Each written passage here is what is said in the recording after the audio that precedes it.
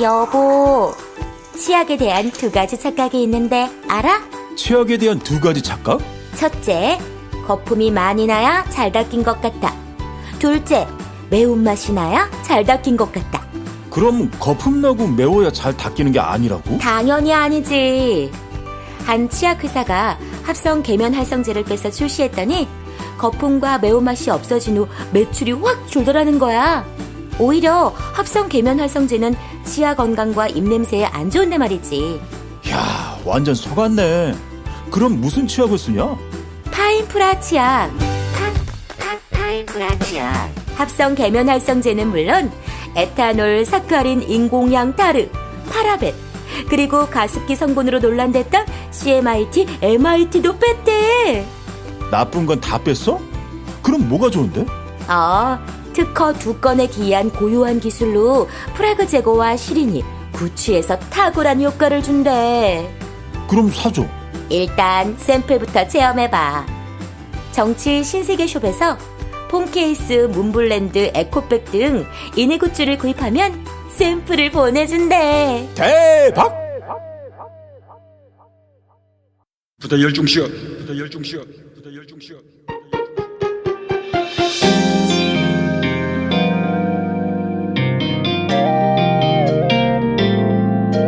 이번 주 뉴스 다 챙겨보셨나요?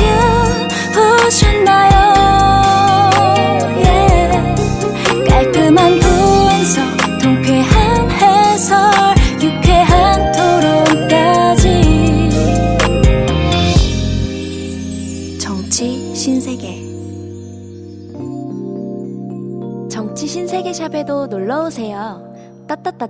@폴리월드.샵. 아직도 홍삼만 드십니까? 홍삼만 드신 여러분 행복하십니까? 살림살이 좀 나아지셨습니까? 이제 마카 산삼을 드십시오. 마카 산삼. 잉카인들이 즐겨 먹었던 남미 페루의 산삼. 인체에 꼭 필요한 31가지 미네랄과 18종의 아미노산을 함유한 천연 종합 영양제. 세계적인 슈퍼푸드로 인정받아 전 세계가 열광하는 그것. 바로 마카입니다. 페루의 마카와 우리나라의 산삼을 하나로 만들었습니다. 마카 산삼. 이게 다가 아닙니다. 20년 경력 전문가의 자문을 받아 우리 몸에 좋은 11가지 원료까지 하나로 만든 건강 푸드. 마카 산삼. 이제 홍삼 가격으로 마카 산삼 드십시오. 와, 이거 남자한테 딱이네, 딱이야. 애미야, 나한테도 딱이구나. 엄마, 나도 마카산삼. 나도. 검색창에 마카 산삼 또는 영한 네이처를 검색하세요. 영한 네이처 마카 산삼이 답입니다. 마카 산삼을 꼭 기억하세요. 시민의 목소리를 증폭시키는 고출력 고품격 시사정치 스피커 정치 신세계. 저는 진행을 맡은 UBC 보도부문 대표 권순욱 기자입니다. 네, 동부아 정치경제연구소 하승주입니다. 안녕하세요. 프로레슬러 김남은입니다. 네, 션마스터 윤갑입니다. 오늘 삶의 지혜는 뭡니까? 없습니다. 소재가 떨어졌나요? 네, 그렇습니다. 신제품이 안 나오고 있습니다. 우리가 할 때마다 신제품이 나와주면 좋은데. 네. 참 하나 궁금해서 여쭙는데. 네. 삶의 지혜에서 그 제품 소개하면 정말로 매출이 올라가나요? 네, 올라갑니다. 미묘하게 올라갑니다. 미묘하게요? 네. 안 한 것보다 살짝 낫다 이런 느낌? 네. 하승주 소장님 들어와서 1군 1마 얻은 것 같은. 네, 그렇습니다. 아닙니다. 안 하는 것보다 약간 나은 그런 느낌? 네. 그러면 삶의 지혜가 없다니까 바로 본론으로 들어가도록 하겠습니다.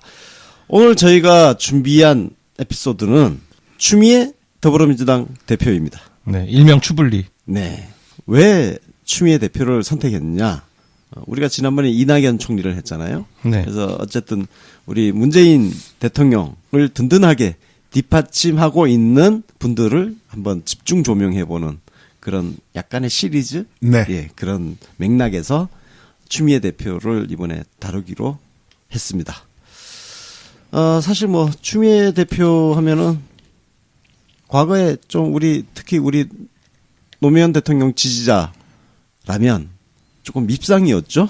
밉상입니다. 네. 예, 밉상이었는데 조금이 아니었죠. 예. 매우 밉상이었죠. 매우 그렇죠. 밉상이요. 매우 밉상이었죠. 근데 완전히 격세지감, 음. 천지개벽 수준의 반전이 있었습니다. 지금 추미애 당대표 인기가 굉장히 좋아요. 하늘을 네. 찌를 듯이 뭐 올라갔고요. 네. 제가 그 소셜 매트릭스 검색에서 네. 추미애라는 키워드로 검색을 해보니까 감성 키워드에 어떤 검색어들이 나오냐면 잘한다, 평화, 좋다, 놀라다, 궁금, 그리고 당당한, 높다 이런 식으로 이제 감성 키워드가 나오고 야, 긍정적인 단어들. 그렇죠. 제가 안철수를 넣어봤습니다. 네. 안철수를 넣어봤더니만 싸가지, 막말, 멍들다, 폭행, 반대하다, 논란, 충격, 심하다, 계란, 폭행. 조폭이야 뭐야? 자 여기까지만 말씀드리겠습니다. 제가 그렇게 열심히 일했는데 아직까지 핫도그가 없다니. 예, 그렇습니다. 지금 우리 추미애 대표 반응이 참 좋아요. 그래서 어떻게 이 밉상 추미애라는 정치인이 사랑받는 민주당 당대표가 되었을까? 그걸 한번 정리를 해보도록 하겠습니다. 먼저 우리 추미애 대표 스토리 한번 알아볼까요? 네. 네. 누가 해주실래요?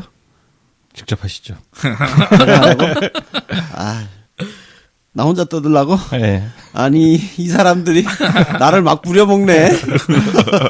주소지가 네. 팍팍 써보시잖아요. 그래요.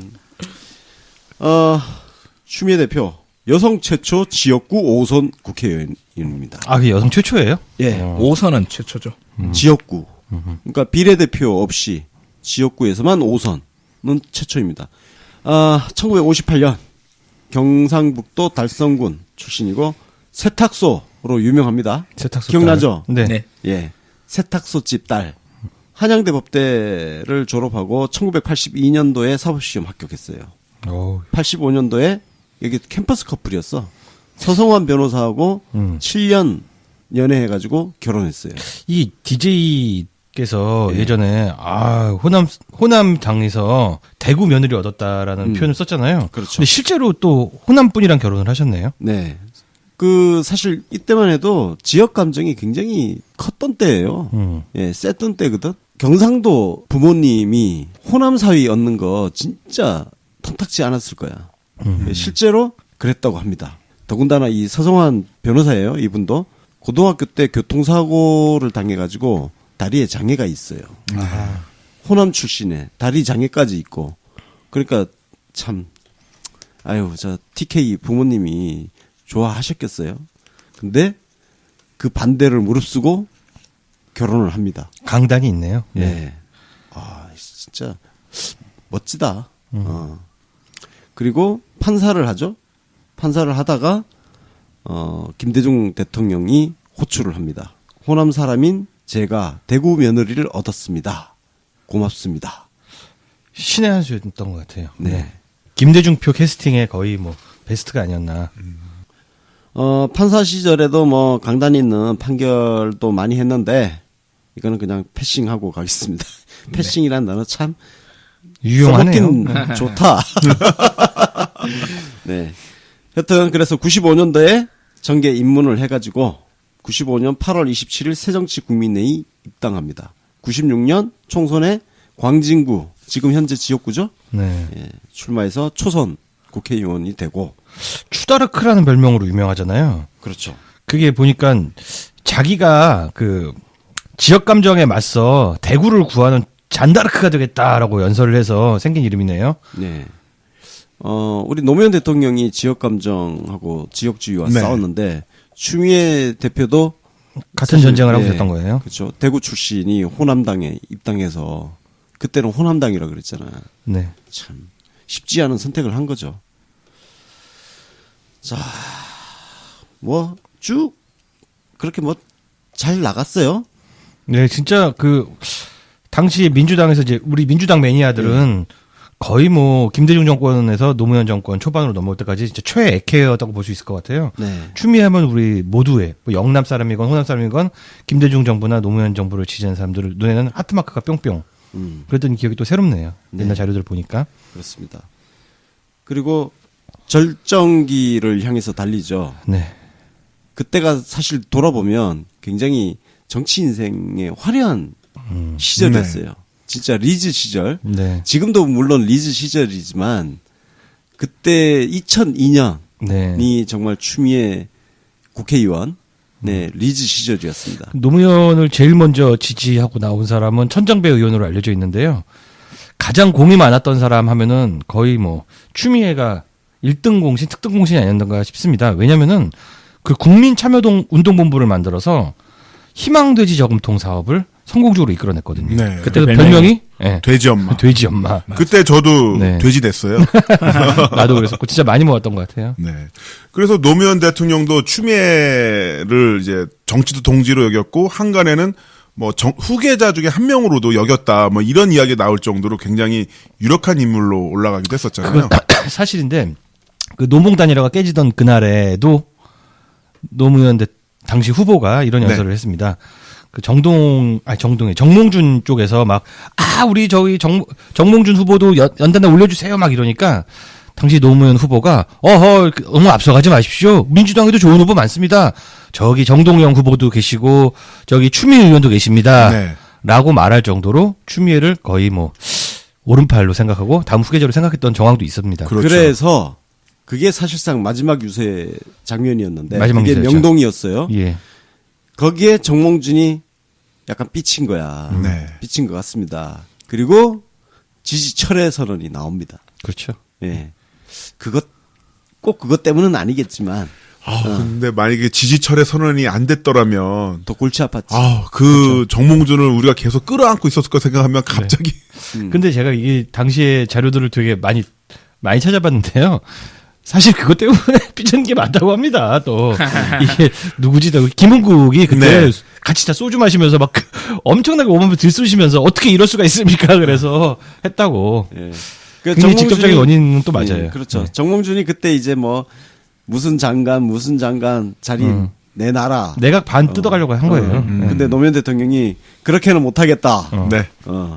문체부 장관 김은국 만날 수 있었는데 나 흥국이랑 좀 친한데 아쉽습니다. 친목지 더 할 걸. 자, 그렇게 노무현 대통령 당선과 함께 사실 유력한 차기 후보로 등극을 한 거예요. 사실은 네. 정동영, 추미애 이렇게 네. 유력한 후보로 등극을 했는데 그 탄핵이 발생합니다. 노무현 대통령 탄핵. 그때 후일담이긴 한데요.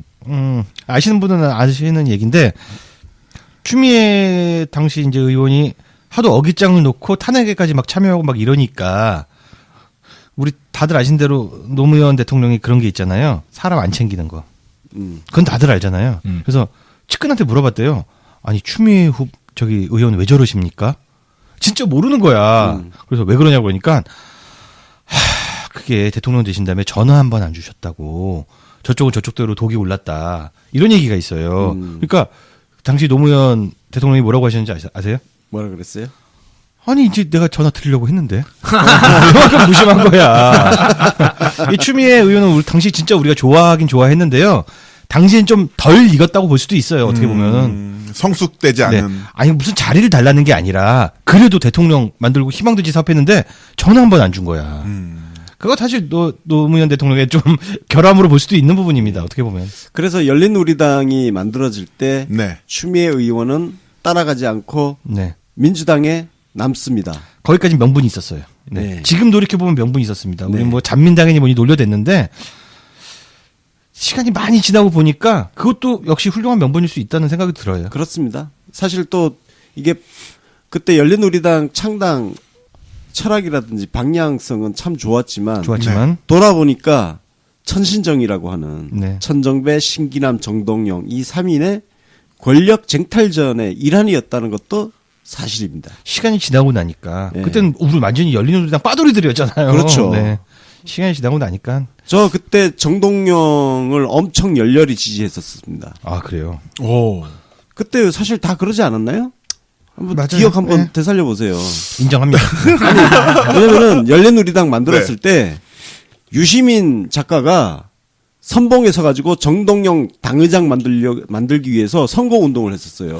그랬던 것 같기도 하고. 네, 그렇기도 그렇습니다. 하고요. 예. 천정배도 너무 이미지가 좋았고요. 전 또 신기남 의원하고 또 친하게 지내고 천신정이니까 진짜 트로이카였죠. 네. 혁신의 트로이카들이었습니다. 한때는. 그때 왜 다 이렇게 눈이 멀었었죠? 그러니까 근데 시간이 뭐 그때는 또 그때대로 그랬었죠. 네. 근데 사실 그 지금 와서 이제 잔민당을 너무 논리 좀 미안하다 그러긴 하지만 또 당시에 잔민당 면면을 보면 네. 맞습니다. 정말 아주 골 때린 인간들 다 모아놨었어요. 진짜. 지금의 국당 사람들이랑 굉장히 네, 비슷합니다. 네, 맞아요. 그렇습니다. 네, 지금 딱 국당이죠. 예. 네. 그래서 그때 천신정의 명분도 참 좋았고 처음에 정말 정동영 당의장 그 선거할 때 당의장 초대 당의장이잖아요. 멋있었어요. 네. 그때 유시민 작가가 나서서 정동영 당의장 만들려고 선거 운동을 했을 정도고 네. 제가 그때 서프라이즈 편집장 할 때였거든요. 네. 그래서 제가 그게 생생하게 기억을 합니다. 유시민 작가가 진짜 열심히 선거 운동을 했어요. 네. 근데 저기 방금 남무님이 그런 얘기했잖아요. 그러던 사람들이 왜 이렇게 됐느냐? 정권 후반기로 가면서 지지율이 떨어지니까 배신을 하게 되는 거죠. 네. 그렇습니다. 열린우리당 당시에 이제 트로이카들은 배신을 했다. 그 다음부터 인심을 완전히 잃었다. 사실 그 중에 한 사람 신기남 의원 같은 경우는 배신하진 않았어요. 배신 안 했습니다. 예. 쿨가입니다. 굉장히 그래도 끝까지 노무현 대통령 편에 서가지고 갔던 정치인인데 네. 지난해 그 2016년 총선 때 막판에 흑역사를 만들어 그러니까 버렸어. 진짜 어디서 누가 불러주고 알아주지 않아도 스탠스 되게 잘 지켰었고 신기남 의원이 되게 좀 쿨했던 게 뭐냐면은 제가 이제 당시에 이제 백수잖아요. 백수니까 같이 만나서 맥주도 한잔 하고 그러면은 아이 윤갑이 이리 와봐 막 그러면서 하면서 내가 이제 아주 부탁드릴 게 있는데요. 최고위원 선거에서 유시민 작가 좀 이렇게 밀어주시면 안 됩니까? 그러면 그래 알았어. 이런 발언 좀 해주시면 안 돼요? 그래 알았어. 우리 동지가 원하는데 굉장히 성격이 좋고 쿨하던 사람인데 네. 그러니까 총명한 게 오래 못 가요. 네. 네. 그 작년 그 왜 탈당해가지고 공천 탈락했잖아요. 그러니까요. 네. 그 탈당해가지고 그때 추하더라고. 출마하니까 이렇게 마지막 남은 천신전 중에서 마지막 남았던 신기남 네. 마저 망가지는구나. 그랬던 기억나고요. 여튼 그 당시에 추미애 대표는 민주당에 남았습니다. 그리고 탄핵이 일어나죠. 2004년도에 그렇습니다. 그때 참여했다는 이유로 그 뒤에 엄청나게 정치 인생이 고난의 길로 들어서게 됩니다. 그렇죠. 근데 추미애 대표가 이렇게 해명을 합니다. 저도 이번에 이제 자료를 모으면서 알았는데 당시 그 탄핵 당시에 추미애 대표가 삼불가론을 제시했대요. 탄핵 반대했대요. 예, 그게 사실이죠. 예. 그 민주당 의총에서 그 발언을 소개해 드릴게요. 저도 노무현 대통령께서 직접 나서서 민주당을 부정하는 데 대해 매우 섭섭합니다. 네. 그러나 우리는 참아야 합니다. 이유를 말씀드리겠습니다. 첫째, 탄핵 대신 개혁을 선택해서 지지층의 동요를 막아야 합니다. 둘째, 탄핵 찬성 여론이 탄핵 반대 여론보다 약간 우세하다고 해서 현혹되지 말아야 합니다. 탄핵은 한나라당이 주도하고 있고 오히려 민주당 지지층은 탄핵으로 한나라당이 득세할까 두려워합니다. 셋째, 노무현 대통령 탄핵을 강행하면 민주당은 선거에서 맥도 못 추고 참패할 것입니다. 제가 지금 말씀을 듣는데 소름이 싹 돋습니다. 그러니까 정무감각은 정말 끝내줘요. 이 당시에 판단력이 좋네요. 노무현 당시 대통령에 대해서 미움의 눈이 멀어 있을 수가 있거든요. 정치적으로 라이벌이기 때문에 그렇죠. 나와바리 싸우면 되게 더 무섭다고 그러잖아요. 근데 그럼에도 불구하고 냉정하게 상황을 다 보고 있습니다. 탄핵 대신 개혁을 선택해서 지지층의 동의를 맞아야 된다. 요거 약간 아무 내용도 없는 말입니다. 그렇죠? 네. 혁신 뭐 열심히 하는 사람이잖아요. 그냥 탄핵하지 말란 말을 한 거예요. 그렇죠. 네, 완전히 편을 들어준 거고요. 두 번째 보면은 탄핵 여론이 반대보다 우세하다고 해서 현혹되지 말아야 한다. 지지율이 어떻게 이동할지를 뻔히 시뮬레이션 돌린 겁니다. 네. 굉장히 예리하죠. 그리고 무엇보다 가장 소름이 돋는 거는 탄핵을 강행하면 민주당은 선거에서 맥도 못 추고 참패할 것입니다. 정확하게 내다보고 있어요. 네. 네. 실제로 그렇게 일어났죠. 네, 실제로 그렇게 일어났습니다. 그러니까 사실 그 민심을 정확하게 읽고 있었던 거예요. 그 민심을 읽는 걸 떠나서 민심이 어떻게 이동할지까지 같이 보고 있다. 예측까지. 그게 정무적인 감각은 정말 끝내주는 사람입니다. 그러나 여기서 우리가 칭찬하는 거긴 하지만 그러나 흑역사도 같이 퍼올려 드리도록 그렇죠. 하겠습니다. 예, 흑역사도 또 이제 설명을 해야죠. 네. 추미애 의원이 당시에 이런 얘기를 하면서 탄핵하면 우리 작살난다. 뻔히 알면서 탄핵에 동참했고 거기서 유명한 조선일보 펼쳐드는 사진으로 한 그렇죠. 100만 번 이상 까이고 그러한 다음에 정치는 진짜 그런 짤 하나 남기면 정말 끝장나는 건데요. 예. 그러고 그 다음에 인터뷰를 통해 가지고 인터뷰가 아니라 무슨 뭐 회의에서 들어가 가지고 대통령 탄핵은 당연하다. 노무현 대통령의 탄핵 사유는 줄이고 줄여도 책자로 만들 정도라고 네네. 하는 흑역사 발언을 하신 바도 있습니다. 이런 흑역사 발언은 회수가 안 되는 것이죠. 네. 근데 이제 추미애 대표는 또 이렇게 또 해명을 해요. 결국 당론에 따르겠다. 그러니까 정당인인 거야. 뭐랄까. 그때 당시에 보면 감옥에 가 있던 네. 국회의원들도 있었는데 그 사람들 표까지 긁어 모아서 탄핵을 하겠다고 하니까 그렇게까지 해야 되겠냐. 범죄 혐의로 수감된 사람들이 대통령 탄핵에 가담한다는 게 말이 되냐. 내가 차라리 그냥 당론에 따르겠다. 네. 내 표를 그냥 주겠다. 네. 뭐 이렇게 약간 자기 변호를 하고 있습니다. 네, 악역을 하겠다는 이야기인데요. 예. 어쨌든 간에 그 당시에 추미애 의원이 탄핵의 주범이라고 보이는 것도 크게 틀리진 않은데 진짜 주범은 사실 민주당 당시에 조순영 대표라고 할 수 있을 것 같아요. 그렇죠. 조순영은 거의 완전 눈이 멀었어요. 네. 정무적 판단도 없고 복수심에 완전히 불타는 상태였습니다. 증오만 남았죠. 심지어는 뭐라고 했냐면은 한나라당보다 더 열심히 찬성을 해야 탄핵 주도권을 우리가 가져간다. 뭐 이 정도면 거의 뭐 정치 하루 이틀 하고 말 그 사람도 아닌데 진짜 심했고 그 지도부에 좀 많이 끌려다녔던 부분도 있다. 네, 뭐 여기 이 부분에서는 저는 실드 불가입니다. 네. 사실은 여기 추미애 의원의 정치 인생에서 뭐 영원히 흑역사로 남을 그렇습니다. 지점이고, 네. 그리고 이거는 이때 노무현 대통령의 탄핵은 대한민국뿐만 아니라 전 세계 정치 역사상 기록에 남을 만한 네. 정치적 이벤트였기 때문에 여기에서 어떤 선택을 했는가는 죽을 때까지 끌고 갈 수밖에 없습니다. 이거는. 네, 맞습니다. 그러니까 감안할 점만 한번 짚어본 거고요. 네. 그거 자체를 실드한다는 건 불가합니다. 사실 그 당시 정말 탄핵 불가를 외쳤다면 저는 마지막까지 반대표를 던졌어야 한다고 생각해요. 그럼요. 그렇습니다. 당연하죠. 예. 왜냐? 실제로 민주당에 그런 정치인이 있었습니다. 그게 바로 이낙연 총리입니다. 네. 예. 그래서 이거는 뭐 사실 정치는 결국 자기의 말과 행동으로 평가받는 것일 수밖에 없으니까요. 이런저런 뭐 변명들, 뭐 사정들 뭐 다 고려한다 하더라도 탄핵의 찬성표를 누른 순간 뭐 그거는 당연히 자기 5점으로 남을 수밖에 없는 거죠. 네. 지을 수 없는 5점이 맞죠. 네. 자, 그렇게 해서 결국 2004년 9월 미국으로 떠납니다. 공부하러 간 거의 거죠. 2년 동안 그냥 미국 가 있었어요. 그러니까 그때는 이제 낙선을 했잖아요. 그죠? 네. 낙선을 했거든. 그때 탄핵 역풍으로 줄줄줄줄 그냥 추풍 낙엽처럼 다 날아가 버렸죠. 네. 그때 놀고 있을 때 노무현 대통령이 입각 제의를 합니다. 뭐 그랬어요? 네. 노무현 대통령이 다른 당의 그렇습니다. 의원한테? 네. 환경부 장관, 통일부 장관 이렇게 두 번이나 입각 제의를 했어요. 안 받았습니까? 당연히 안 받았지. 안 받았으니까 받았죠. 내가 모르고 있지. 예, 안 받았죠. 네. 네. 근데 이제 솔직히 받고는 싶었지만 이게 민주당하고 열린우리당이 관계도 좀 그렇고 네.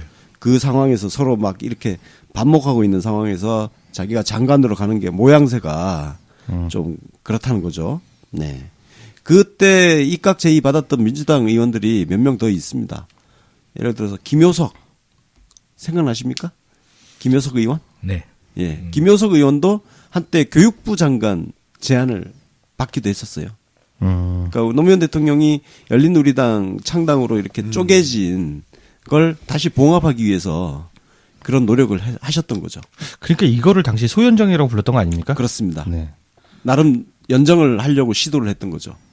그때 이제 민주노동당도 원래 연정 대상에 넣었었는데 워낙 개판치고 뭐 아예 한나라당하고 연대하니까 민노당이 그때 한나라당하고 같이 연대해가지고 장관 날리고 그랬잖아요. 네. 기억나시죠? 그때 국방부 장관. 연대했던 연대의 모습을 전했던 그 TV 뉴스 짤이 지금도 돌고 있죠. 네. 예. 여러분 그 정의당은 그런 법통을 가진 역사를 가진 정당입니다. 네. 그래서 우리가 괜히 지금 정의당 견제구 날리는 거 아니에요. 예, 역사가 있기 때문에. 그때 그 노회찬 맹활량 했잖아요. 네. 노회찬님 저 다 기억하고 있어요. 어쩜 좋아요. 그러게 우리 이런 거 뒤끝이 있어. 기억력이 네. 좋아 너무 지나쳐서 문제야. 조금만 기다리세요. 하승주 박사님, 하승조 박사님 모두 다 안철수 대표님 다음으로 노리고 있습니다. 네, 그렇죠? 저 우리는 책 하나 써도 괜찮을 것 같아요. 그러니까 정치 신세계 뒤끝 정치학 이런 거. 자, 워낙 이런 흑역사가 있기 때문에 이제 시간을 한번 건너뛰어 볼게요. 작년 당대표 선거 네. 누구 지지했어요 처음에? 저부터 얘기할까요? 저는 추미애 지지를 했습니다. 왜? 저는 원래 칼 같은 정무 감각 아닙니까? 스탠스의 귀시에. 그게 왜 그랬냐면은 제가 이유는 다는 제 추미애 지지하는 글을 엄청나게 많이 올리고 또 나름대로 여론도 움직였다고 생각하는데요. 그걸 까먹었네. 까먹었는데 그때 그런 생각이 있었어요. 요 생각인데 저 사람이 어쨌든 간에 추미애가 친문 성향을 분명히 밝히면서 나왔고 과거에 과오가 있기 때문에 그거 만회하려고 되게 열심히 하겠는데 요 생각을 했습니다. 맞아요. 그리고 무엇보다 저는 이제 김상곤이 갖고 있는 약간 아마추어틱한 진보 성향 이게 굉장히 싫어했거든요. 굉장히 좌파스럽잖아. 네. 그래서 문재인 당대표에게는 뭐가 필요하냐면은 문재인 대통령에게는 뭐가 필요하냐면은 약간 오른쪽의 공간이 필요하다고 생각을 했어요. 그래서 전략적으로 저는 추미애를 지지했습니다. 우리 하승주 소장. 저는 그때 정말 추미애 반추 전선에 최전선에 서 있었어요. 근데 나 차단하려고 그랬어. 그래서 그때 당시 출연하고 있던 모든 팟캐스트에서 강력한 김상곤 지지를 선언하면서 근데 김상곤 지지하는 이유는 별로 없어. 추미애가 미운 거야. 소구하다 보니까. 네, 추미애가 미워가지고. 이종거를 지지할 수는 없으니까. 이종거는 지금까지도 원한이 지금 그대로 남아 있는데 가만히 있으니까 할 말이 없으니까 추미애를 그때 정말 싫어했었어요.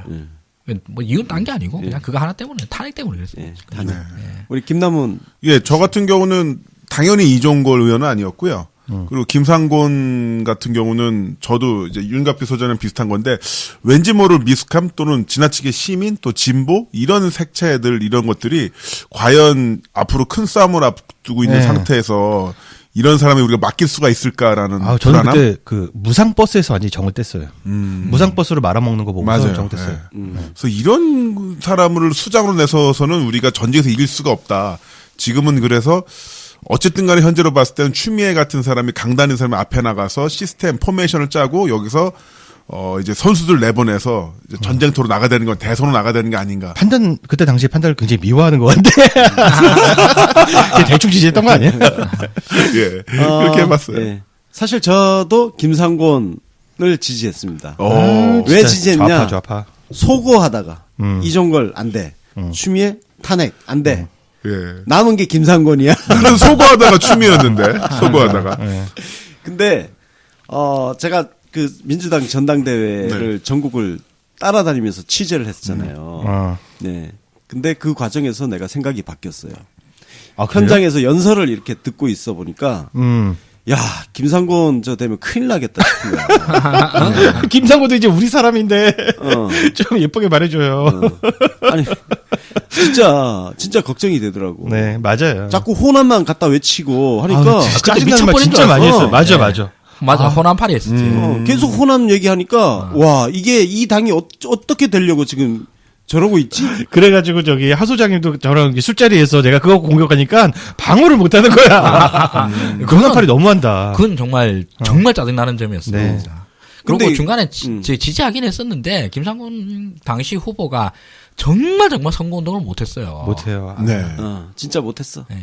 그래서 내가 현장 다니면서 연설을 듣고 나니까 추미애가 당대표 돼야겠다. 그랬구나. 그래서 지지 후보를 바꿔버렸어요, 중간에. 그래요? 그 투표는 결국 그러면은 추미애 하신 거구나. 그래서 또 이제 페북에서도 노선을 바꿨죠.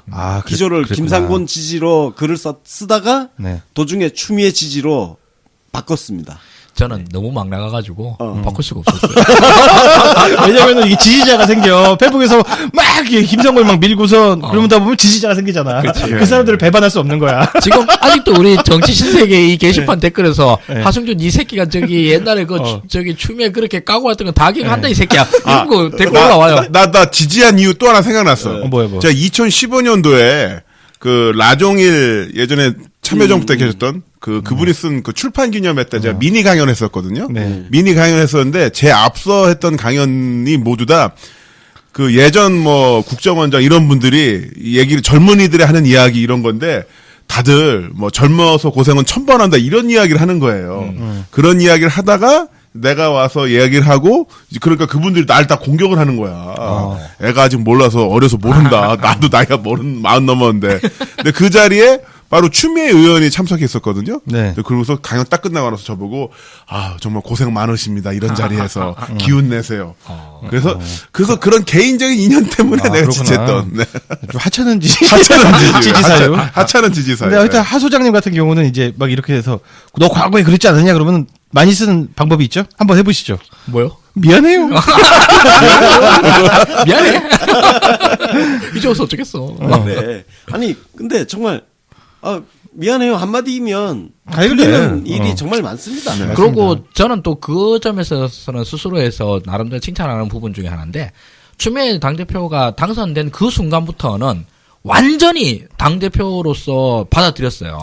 저도 깜짝 놀랐어요. 그 당선된 바로 남기신 포스팅을 가지고 그때는 하 소장님이랑 나랑 적이었어 사실. 그래? 근데 깔끔하게 받아들이고 기쁘다 이렇게 말씀해 주셨고 저는 이렇게 추미애 당시 당대표가 당선된 다음에 이런 글을 올렸어요. 우리 모두가 동지다. 앙금을 털고 발전해 나가자 그러니까 또 그걸 또 칭찬하고 공유해 주셨어요. 또 하 소장님이. 내가 그랬어요? 네, 되게 아름다운 승부였던 것 같습니다. 네. 근데 정말 그거는 우리 지지자들한테도 뭐 잔소리 비슷하게 들릴 수도 있을 것 같은데 과정상에서 치열하게 다투는 것은 당연히 있는 일이고 그렇죠. 그리고 그 결과에 대해서 그 과정이 공정했다라고 그러면 결과에서 승복하는 건 너무 당연한 거 아니야. 우리는 너무 수준 높아 진짜. 짜증나. 짜증나. 자 그렇습니다. 그런 과정을 통해서 추미애 당대표가 작년 그 전당대회에서 압도적으로 예. 진짜 압도적이었죠. 네. 예, 압도적으로 승리를 거두죠. 네. 와 그때 그 과반 이상이었죠? 네, 그 권리당원들, 대의원들 전부 다. 제가 우리 집에서 습관이 하나 있는데요. 네. 이게 뭐 개인적인 얘기인데 정치적으로 기쁜 일이 생기면 제가 한참을 걸어 내려가서 그 옛날 통닭을 사와요. 그 습관이 언제 시작되냐면 한 마리 6,000원? 네 맞아요. 그 추미애 당대표가 당선된 날 그때 그 습관이 생겼어요. 너무 기분이 좋아가지고 통닭 사갖고 가서 가족들이 딱 풀어다 보면서 오늘 정말 기분 좋은 날이야 맛있게 먹어 이렇게 하는 습관이 생겼습니다. 6,000원으로 생생내는. 네, 그렇습니다. 네. 자, 저는 그때 잘 몰랐습니다. 왜 추미애 대표가 그렇게 압도적으로 승리했는지를 잘 몰랐어요. 잘 몰랐죠. 네. 근데 이걸 2015년 역사를 들춰보면 그 이유가 나옵니다. 그러니까 돌아보면 내가 정알못이었던 거야. 그 정도는 아니고요. 그러니까 추미애 대표의 행적에 대해서 네. 아는 게 없었으니까. 그래서 추미애 대표 2015년 그러니까 문재인 우리 대통령님과의 관계라든지 네.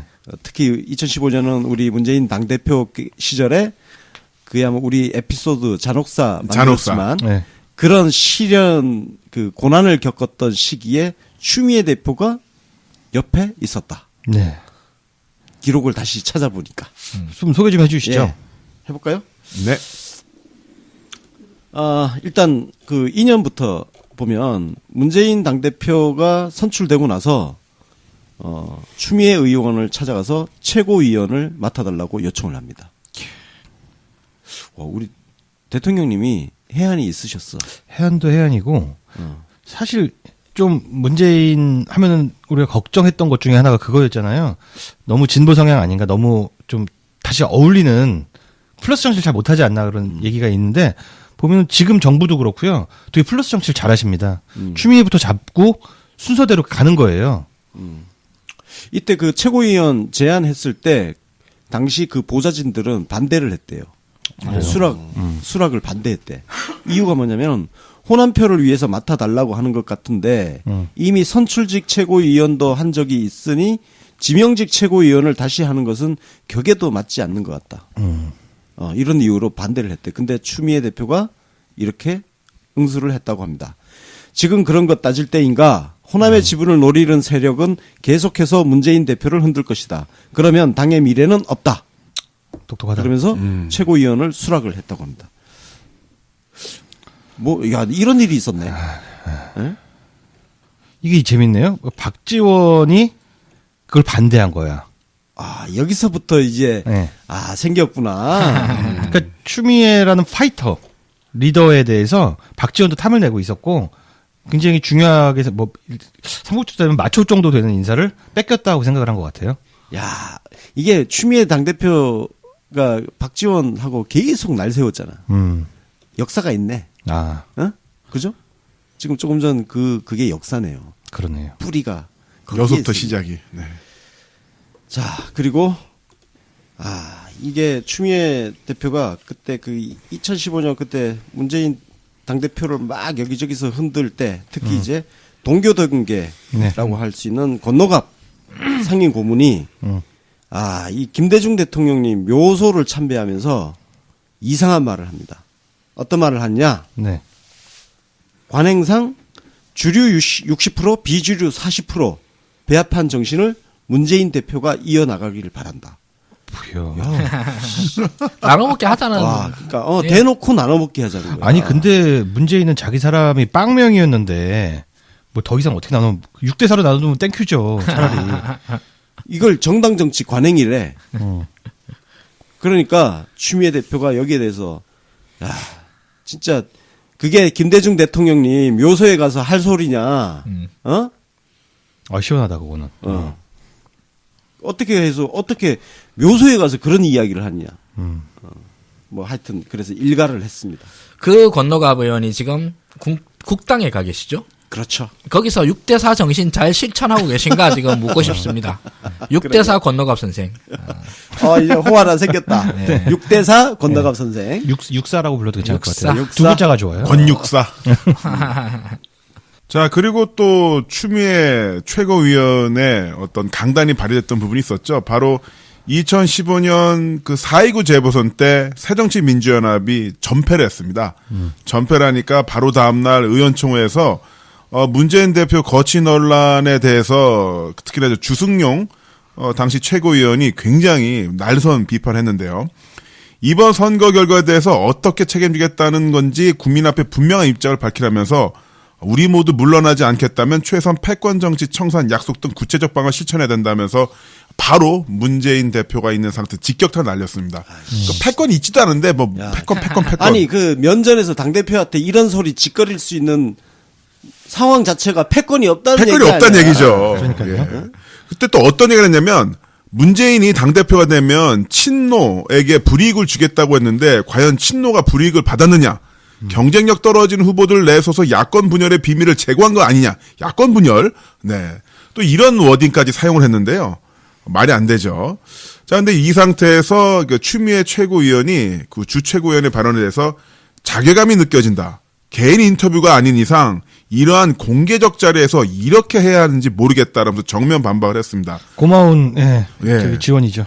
그러면서 또 굉장히 아까 윤갑표 소장님이 정무적 감각이 최고다 말씀하셨는데 여기서도 빛을 발하는데요.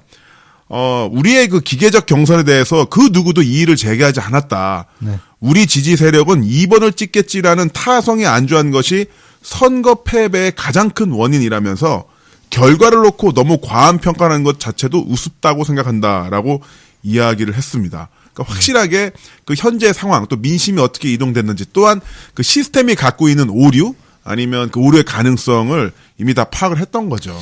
이게 보면은 만약에 추미애를 만약에 기회주의자라고 놓고 우리가 이 스토리를 봐도 괜찮아요. 어떻게 보면은 근데 기회를 잘 포착한 게 그것도 굉장히 정치인의 중요한 덕목이거든요. 정치인은 다 기회주의자. 왜 그러냐면은 문재인 당시의 당대표는 너무나 힘이 없고 무력했잖아요. 네. 근데 자기는 안 거야. 대중적으로 기회주의자를 우리가 전제했을 때 이 사람한테 베팅하는 게 맞다라고 생각하면 아하. 그것도 대단한 거라는 거예요. 그렇죠. 그것도 감각이죠. 이렇게 힘없는 당대표가 나중에 대통령이 될 그 씨앗이란 걸 본 거 아닙니까? 이때 주성용 네. 최고위원은 그 뒤로도 이제 탈당 어쩌고 하면서 앞에서 뭐 지옥 악마 이런 얘기하면서 걔들 쩔이 될 것도 다 그래서 본 거라고 봐야죠. 예. 그래서 그거를 이제 문재인 당시 당대표가 잡으니까 확 뿌리치고 나가고 그래서 지금 이제 쩔이 되셨지 않습니까? 좋은데 베팅했고 네. 옳고 그름의 관점으로 봐도 무조건 다 옳은 그렇죠. 발언들을 하신 거죠. 옳고 그름과 그리고 그 센스 타이밍의 귀재다. 네. 또 우리 공갈 주승용 선생께서는 공갈. 예, 공갈 발언 하나로 우리 정청래를 갖다가 그렇게 갈구던 그 패기로 또 국당 가 계시죠? 국당에서 나오는 국당 갔어. 쓰레기들은 하여튼. 예. 그러니까 통합되면 이 양반들이 다 들어온다는 겁니다. 그렇죠. 예. 그래서 저기 우리 공갈 주승용 똥물이에요, 선생께서는 똥물. 막말 퇴치에 최전선에 세워 계시니까 국당 내에서도 그 역할을 충실히 잘 해주시기 바랍니다. 우리 하 소장님이 이렇게 뒤끝입니다. 모든 발언에 이걸 잊어버릴세라 계속해서 상기를 해주십니다. 그래서 이제 주공갈 선생이라고 우리 또 불러드려야 될 것 같아요. 네. 그러고 우리 연분홍 치마의 주인공 유승희 최고위원이시죠. 최고위에 가셔가지고 노래도 이렇게 흥얼흥얼 불러주시고 진짜 유승희 최고위원 노래 부르실 때마다 제가 그 SNS 타임라인에 온갖 진짜 쪽팔려가지고 뭐지 이러면서 근데 창피해, 사실 창피해. 저는 그때 우리 연분홍 유승희 의원의 노래 부른 걸 갖고 오히려 실드를 쳤어요. 나도 실드 쳐줬어. 저도 쳐줬습니다. 예, 뭐 노래 부른 게 뭐 이거는 저기 잘못한 건 아니잖아요. 웃기는 거지. 그걸 갖고 이렇게 우리가 욕을 할 건 없지 않느냐. 이걸 갖고 또 엄청 오바를 하면서 막 반성질하고 했던 우리 김태섭 의원이 하도 꼴보기 싫어가지고 그때 유승희 의원의 노래 부른 거에서는 실드를 쳐줬는데 실드는 실드고 이 양반이 최고위원회 가가지고 문재인 당대표가 앉아있는 자리에서 면전에서 문재인 대표 사퇴하십시오라고 얘기를 했죠. 싸가지. 진짜 이게 지금 전부 최고위원들이야. 네. 네. 세상에 와 당 지도부에 와 당 대표가 고립무원인 상황인 거지 사실상. 이게 저기 연분홍 유승희 의원의 사퇴 요구가 골 때린 이유는 이 당시 새정년에 문재인 대표 사퇴를 요구한 사람은 한둘이 아니었어요. 네. 근데 그 중에서도 유승희 의원의 발언은 아주 골 때리기가 이루 말할 수가 없는데 이게 언제 나온 시점인가 이게 중요해요. 사퇴 노래를 불러가지고 그래 샹 사퇴인지 아닌지 한번 해보자. 라고 해가지고 전당원 투표 딱 제안하니까 아닙니다. 그런 거 하지 맙시다. 해가지고 싹 꼬리를 말고 난 다음에 한 얘기예요. 그 전에 한 얘기가 아니에요. 그것도 최고위원회 석상에서. 이게 이야기를 듣다 보니까 또 문재인 당대표 잔혹사로 연결되니까 빡이 침이 오르니까 네. 2015년 얘기는 다 그래요. 그러면 열올라. 그때 추미애 최고위원이 그나마 당 대표 쪽에 서가지고 맞아요. 이렇게 탱커 역할을 싸우고 했다는 거죠. 있는 거야. 네, 탱커 전방 탱커 역할. 그러면서 유승희가 사퇴하라고 하는 난 다음에 한 얘기가 문 안에게 당권을 나눠준다고 당이 나아지는가? 라고 비판했다. 이게 문안박 연대 이 얘기에 대한 비판인 거예요. 네. 이런 이제 해괴망측한 소리를 한 거죠. 이러니까 여기서 당시 추미애도 최고위원이었으니까 근데 추미애는 이제 문재인 대표 지명 최고위원직이었죠. 한국말을 하면서 통번역이 필요한 것도 아닌데 백가쟁명식 당 수습 방안을 얘기하는 것보다 그런 의견이 있다면 따로 조용히 서로 논의해서 수습해 나갈 책임이 우리 모두에 있다고 생각한다. 이 발언 아주 적절합니다. 네. 왜 언론 플레이를 하면서 싸우냐고. 할 말이 있으면은 전화로 하면 되지. 카톡으로 하면 되지. 그러니까 당내 분란을 갖다가 노출시키고 하는 거에 대해서 일침을 놓은 거죠. 그러면 진짜 할 말이 없어지죠. 네. 적절한 지적이었던 것 같아요. 맞아요. 근데 뭐 좀 더 세게 해줬으면 좋았겠다 싶기도 해요. 그래 사실 얘네들이 이렇게 깽판을 쳤기 때문에 그 수십만 당원들이 몰려 들어온 거거든. 그렇죠. 근데 당시 유승희 최고위원은 정말 부끄러웠습니다. 연분홍 치마 노래가 부끄러웠던 게 아니라 그 최고위원회 자리에서 그 당원들의 투표로 선출된 당 대표를 무작위적으로 사퇴하라고 이렇게 요구하는 이런 장면에서 정말 부끄러웠고 그 옆에서 조용히 귓속말로 사퇴하십시오라고 속삭였던 이종걸 의원님도 역시 마찬가지로 매우 부끄러웠습니다. 자 그래서 이종걸에 대해서도 추미애 최고위원이 직격탄을 날립니다. 네. 예. 그때 이종걸 기억하시죠? 네. 태업. 네. 이종걸이 원내대표야. 네. 안 그래도 지금 문재인 당대표 주변에 최고위원들이 지금 막 흔들고 있는 이 상황에 원내대표가 또 회의에 들어오지도 않아. 출근을 안 해. 와, 씨. 그래서 진짜 이종걸의 호는 불참이죠. 불참 이종걸. 불참 이종걸 또는 잠적 이종걸. 불참보다는 결근. 결근 이종걸. 좋습니다. 형편없는 근태를 얘기해서 근태 이종걸이라고 해도 되겠다. 근태 이종걸. 좋네. 자, 이렇게 우리 호를 계속 붙여나갑시다. 하여튼 그 근태 이종걸한테 추미애 최고가 이렇게 비판을 날립니다. 누구를 위한 정치를 하는 건가? 국민 앞에 협상 과정이 어떤지, 어떻게 민생이 내몰리고 있는지 고할 자리에 원내대표가 없다. 그때 이종걸이가 왜 여기 불참했냐면은 우리 문재인 당대표가 독단적으로 당을 운영하고 있대. 진짜 미치겠다. 그래서 독단적으로 근태를 형편없이 한 이종걸은 아직까지도 당에 붙어 있더라. 그러게. 이때 이종걸이가 사실 나갈까 말까 엄청 간보기 찍고 하던 있었죠. 때였어. 네, 맞아요.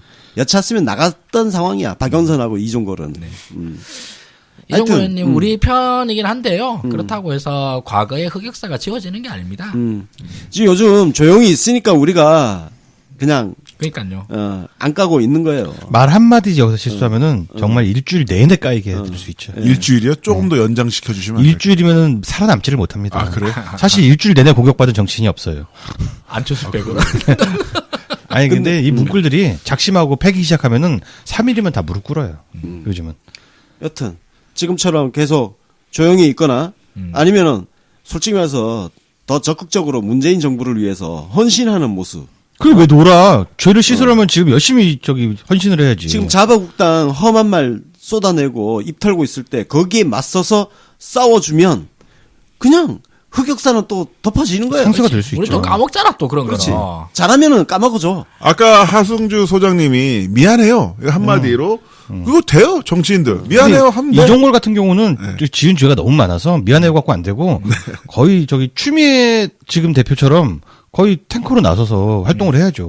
그렇게 문재인 대표한테는 그렇게 잘 싸우고 뭐 용감하게 사퇴하라는 소리 하고 그러는데 씨발 홍준표한테 가가지고 당장 물러나는 소리 왜 한마디 못해? 그러니까. 자, 여튼 이때 추미애 최고가 이종걸한테 이런 얘기도 합니다.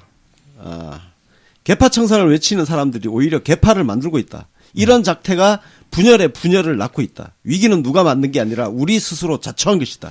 이때부터 이제 발언이 좀 수위가 좀 세지고 더 공격적이네요. 왜냐면 이게 이제 국민의당 이 창당 그 탈당이 임박했을 시점이에요. 네. 그만합시다. 지칠 대로 지치지 않았습니까? 나부터 통합하겠다는 자세가 필요합니다. 우리에게 필요한 것은 남 탓이 아니라 자기 성찰이다. 네.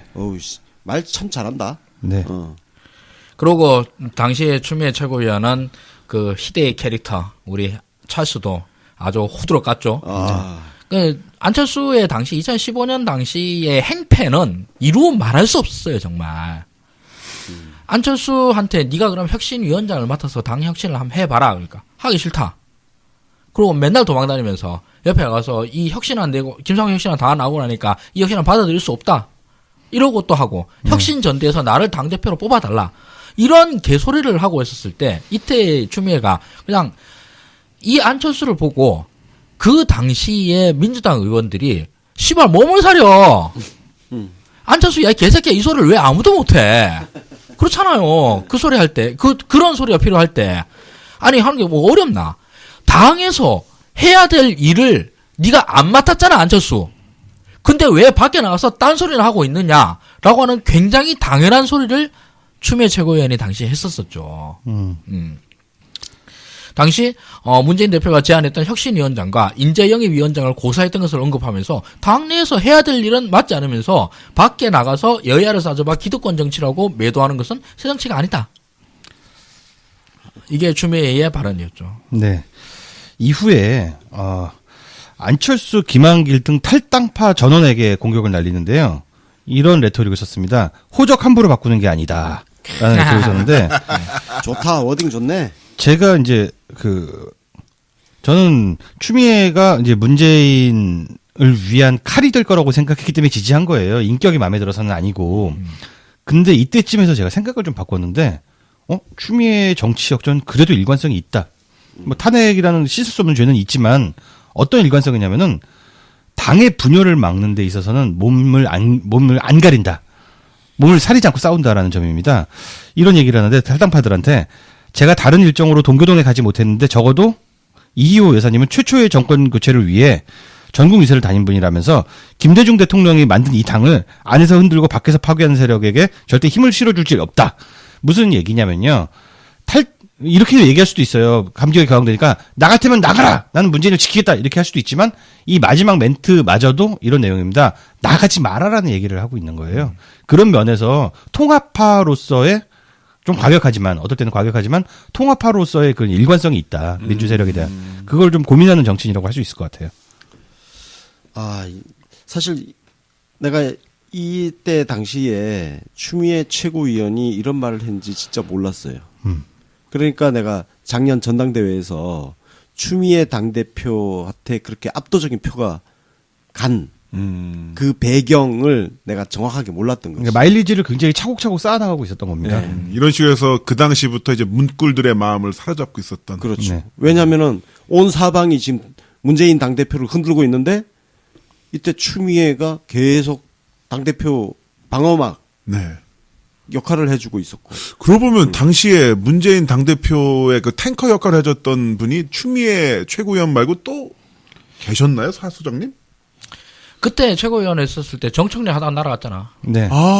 이게 왜 그러냐면은 추미애 친문들이 저는 지금 사실 그때 당시에 친문들한테 불만이 있긴 있습니다.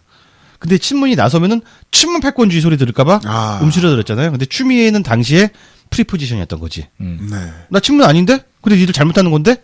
라고 하는 말에 힘이 실릴 수밖에 없는 입장. 얼마든지 꺼리낌 없이 발언할 수 있었던 좋은 포지션에 있던 것도 사실이고요. 친문 포지션이 아니었던 게 또 어떻게 보면 그 이전에 탄핵에 찬성했던 네. 그것도 약간은 그 원죄가 있는 거죠. 원죄가 있기 때문에 또 약간 프리했던. 그게 알리바이를 만들어준 거죠. 약간 인간관계가 좀 재밌게 꼬이네요.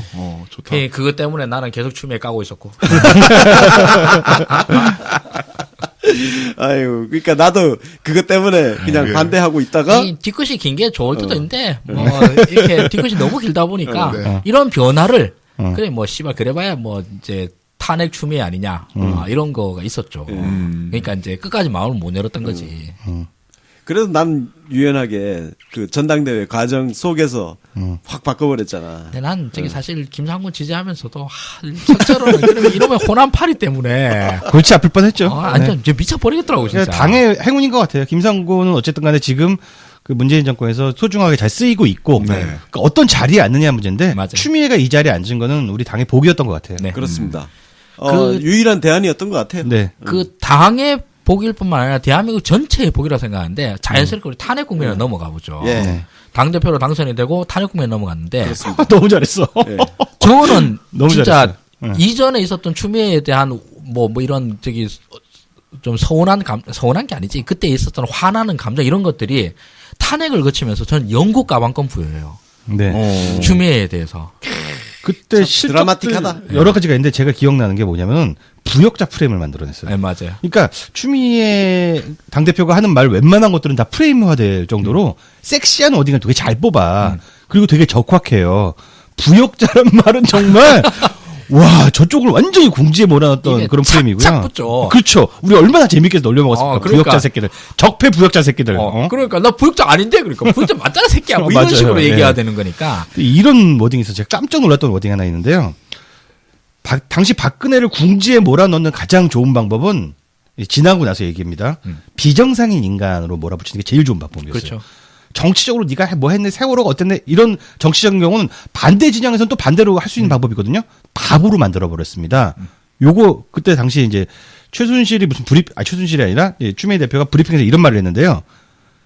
주인공이 본인의 삶을 사는 것이 아니라 기획된 제작에 의해서 조종당하고 지배당한 세상을 살았다.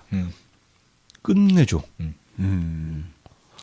어떤 말이냐면은 정치적으로 다 이해관계가 다르더라도 정신적으로 지배받고 종교적으로 지배받는 허수아비 같은 대통령을 냅두면 안 되자라는 공감대를 일으킨 발언이 아닌가. 좋은 프레임이었다고 생각을 해요. 마리 앙뚜아네또 그 프레임을 그냥 그대로. 예, 비정상적인 인간으로 몰아붙인 겁니다.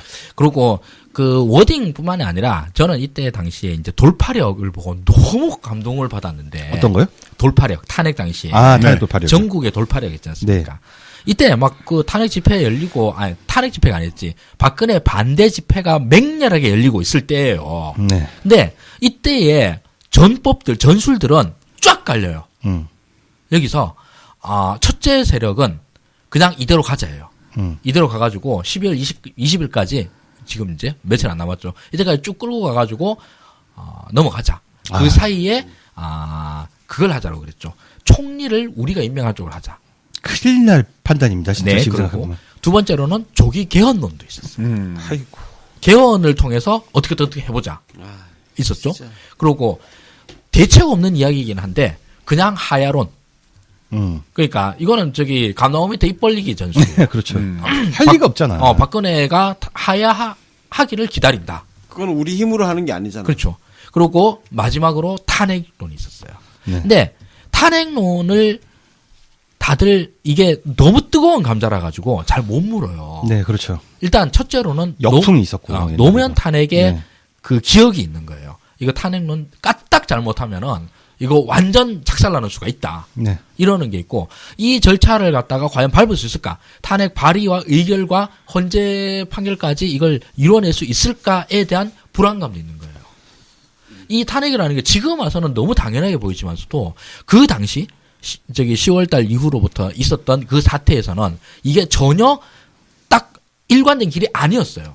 네. 우리만 그런 게 아니라 민주당 국회의원들도 막 헤매고 있었어요. 맞습니다. 헤매고 있었고 새누리당 쪽에서도 막 면피하려다 보니까 오왕좌왕해요. 네. 너무 레디컬한 주장이었어요. 그렇죠. 당시의 탄핵은. 근데 저는 그 당시에도 오만 논쟁들을 다 겪었었는데 그때 이제 서영석이 더 비평하면서 그 저는 또 맨날 했던 게 저기 자진 하야론 이거랑 싸웠는데 씨발 네. 자진 하야론이면 제일 좋은 건 누가 모르나 안 하니까 문제지. 이런 문제도 있어요. 자진하야론의 문제는 뭐냐면은 그럼 민주당의 역할이 없어지잖아요. 그렇죠.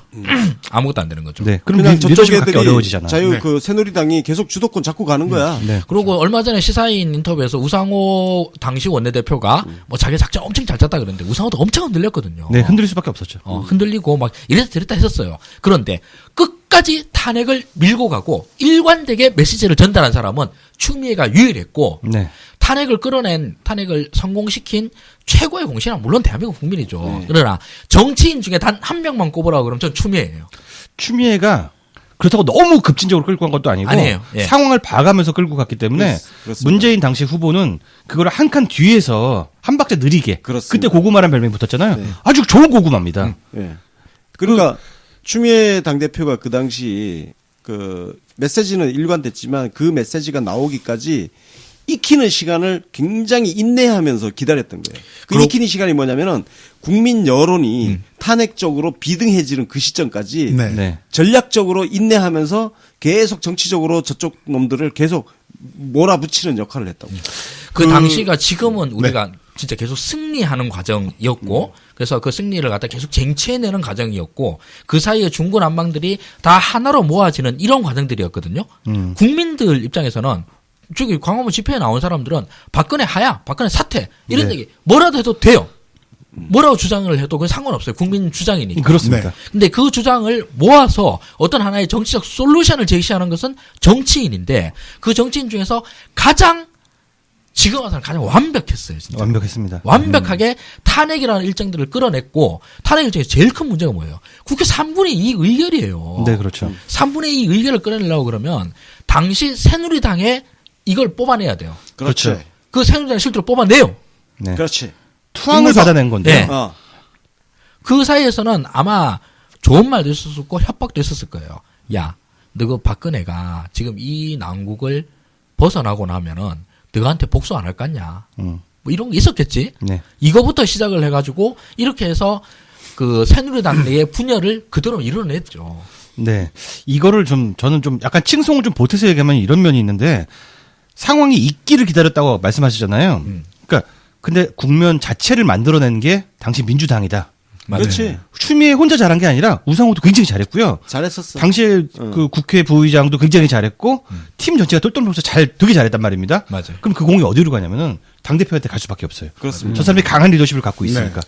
그러니까 상황이 벌어지기를 기다린 게 아니라 상황을 만들어 나갔다. 이 점이 가장 칭찬을 할 만한 포인트예요. 관리를 잘했죠. 저는 굉장히 잘했어요. 그 11월 중순에 박근혜 추미애 이제 면담이 만들어지려고 했을 때 그 전날 11월 14일 날 민주당이 의원총회를 통해서 박근혜 대통령이 이선 후퇴 후 거국 내각을 요구하기로 했던 기존 당론을 폐기하고 퇴진으로 바꿨거든요. 그러니까 저는 이게 일종의 미란다 고지 같은 거라고 생각을 해요. 체포하기 전에 너에게는 묵비권을 행사할 수 있고 그다음에 변호인을 선임할 수 있다. 이런 식으로 그 바로 직전에 만나기 직전에 이런 식으로 당론을 만들어 놓고 받던가 아니면 다이하시던가. 탄핵 얘기하니까 다들 굉장히 신이 나네요. 네. 정말 재밌던 우리 인생에 가장 재밌던 경험이 아닌가 싶어요. 그리고 그 추미애 대표의 어떤 리더십, 결단력, 협상력 이런 것들이 돋보였던 장면이 김무성 만났습니다. 네. 그때 김무성 만난 거 가지고 박지원이 지랄지랄하고 행상 책임. 또 이제 JTBC가 또- 역사적 오보를 남기고. 그렇지. 또 거기에 대해서 또 우리 일부 지지자들이 또 추미애 대표 오해했습니다. 네. 욕하고 그랬었잖아. 예. 근데 그때 추미애 대표가 정말 잘했던 게 뭐냐면 김무성 만나서 이렇게 얘기를 해. 탄핵 안 하면 비박의 정치 생명은 끝이다.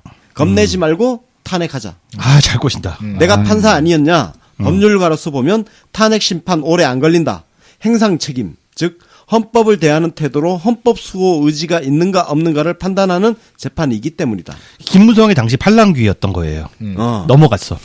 여기에 넘어온 거야. 네. 그게 이제 잘 김무성을 흔든 게 뭐냐 하면 사실 그거의 협박이에요. 네, 그렇죠. 박근혜 살아남으면 넌 바로 죽는다. 그거야. 협박한 거야. 아, 맞아요. 너네 나랑 우리랑 같이 탄핵할래 안 할래? 안 하면 니들 죽어. 네가 이제부터 암만 친박 코스프레 해봐라. 박근혜가 니를 갖다가 살려둘 것 같냐. 네. 이런 말을 직접 안 했을 뿐이지 그 얘기를 한 거예요, 진짜로.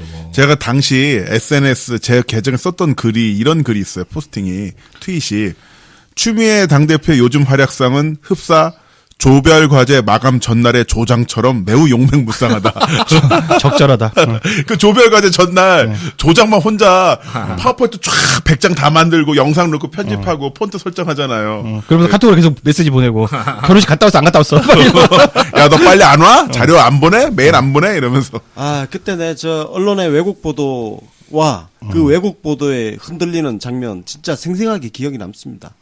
그때 행상 책임 이것 때문에 뭐 보도가 이렇게 나왔지. 추미애가 박근혜 1월 말 사퇴를 조건으로 형사 책임을 묻지 않겠다는 딜을 했다. 이렇게 보도가 나온 거야. 형사 책임. 네. 그래서 이 보도 가지고 또 추미애 대표 막 진짜 난리 까는 났었죠. 글들이 막 페북을 덮었지. 근데 그때는 정말 다들 너무 민감하던 시절이라 가지고 네. 작은 주스 하나에도 그냥 다 폭발하던 시기지 않습니까? 예. 아, 근데 이게 사실 언론에 사실 우리가 놀아나는 측면이 있단 말이야. 이게 그래서 그때 내가 기억나는 게 내가 이렇게 했어요. 언론 보도에 특히 제목만 보고 즉각적으로 반응하면 안 된다. 내용을 살펴야 되고 그 내용이 정말 팩트가 확실한지 의심을 두고 하고 네. 하루 이틀은 묵혀놓고 반응해야 된다. 그런 글을 내가 올렸던 기억이 납니다. 저는 하승주 소장님이 지난번 짤의 정치학 말씀해 주셨잖아요. 이 짤의 정치학이 또 하나 굉장히 재밌는 분이 뭐냐면 이전 노무현 대통령 때 탄핵 짤 있지 않습니까? 추미애 네, 조선일보 하면 조중동을 보면 조선일보 보면서 대통령 탄핵 가결 활짝 웃고 있는 모습. 이 사진이 다시 올라오면서 이 모습을 다시 보고 싶습니다. 네. 다 탄핵 전문가라는 별명도 탄핵 붙었고요. 전문가. 맞아요. 예. 그리고 진짜 또 강단 있는 거. 그 뒤에 박근혜를 향해서 메시지를 날리지. 일종의 최후 통첩. 영수회담을 제안하면서 그만 물러나십시오. 이 장면도 그렇죠. 이것도 또 박지원이 또 지랄지랄하고 언론이 받아쓰고 하니까 또 그 보도에 또 사람들이 부안해동하면서 추미애 대표를 또 비판하는. 네, 그때도 그랬어요. 네. 아, 진짜 이거 생각할수록 언론 기사에 사람들이 너무 쉽게 놀아나. 그러니까 정치는요 결론이 좋으면 다 좋은 겁니다. 탄핵에 성공했기 때문에 만약에 뭐 우왕정 추미애 대표도 했다고 쳐도 좋은 전략이 아니라고 쳐도 어쨌든 다 이겼으니까 네 확실히 중요한 국면에 어떤 자리에 있느냐가 정말 중요한 것 같습니다. 근데 정말 지금 뭐 성공하고 난 다음에 문평성대 맡고 있으니까 하는 얘기지만서도 당시 박근혜는 무슨 짓을 할지 몰라요, 진짜. 네, 그렇습니다. 비정상적인 인간이니까 만약 우리가 하고 있는 이 압박의 공세가 조금 더 수그러들고 저쪽에서 무슨 하나의 비밀을 잡았다. 이 새끼들 쿠데타 안 할 거라는 생각 못 해요. 네, 그 친위 쿠데타도 친위 생각할 쿠데타. 수 있었고요. 네. 계엄령 얘기도 나왔는데 그러니까요. 그렇죠. 추미애 당시 당대표가 이랬다고 그래요. 그 친위 쿠데타 얘기나 계엄령 얘기를 하고 다녔어요. 선제적으로. 선제적으로 맞아요. 하고 나서 약을 미리 친 거지. 약을 쳤다. 근데 이게 너무 미화된 것은 아닌가라는 생각을 또 한 사람도 있었습니다. 그래서 뉴스공장 나가지고 인터뷰를 했는데 그런 것까지 고려하고 하신 거 맞습니까? 그랬더니 맞다고 얘기를 했어요. 자기도 들은 정보가 있었다.